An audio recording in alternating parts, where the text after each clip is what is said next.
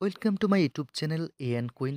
Hello বন্ধুরা, আজকে তোমাদের আবার একটি ব্লগ নিয়ে আসলাম। আজকে যাচ্ছি সরিষা মারতে আমাদের জমিতে। এই তোমাদেরকে নিয়ে যাচ্ছি এই রাস্তা দিয়ে। এই রাস্তাটি খুবই ভালো ছিল এবং চারদিকে ভুট্টায় ভরা।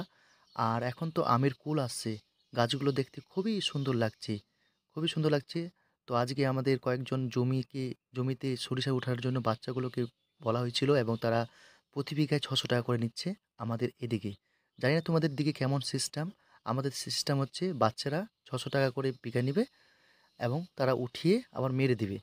তো এসব ওঠানোর পর আবার হারভেস্টার বালা মারতে মারতে হঠাৎ করে প্লাস্টিক ঢুকে যায়। সে প্লাস্টিকটা ভয় লেগে গেছিলো হারভেস্টার ড্রাইভারকে। ড্রাইভারদা বলছিল যে, চাই এই ভুলটা যেই হোক কেউ করো না, কারণ যে সরিষা দেওয়ার আগেই একদম প্লাস্টিক ঢুকে গেছিলো।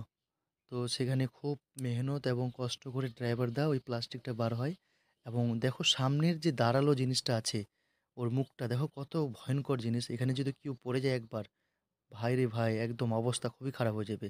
তো ওরা এটাই সাজেস্ট করছিল যে সাবধানে তোমরা কাজ করো, যেখানে থাকো না কেন।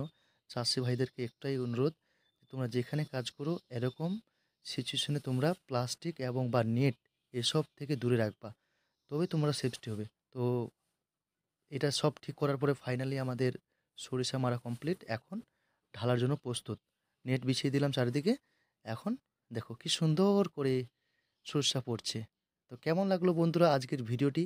যদি ভালো লেগে থাকে তাহলে আমার চ্যানেলটি অবশ্যই সাবস্ক্রাইব করবা এবং নোটিফিকেশন বেলটি প্রেস করে আমার সঙ্গে থাকবা।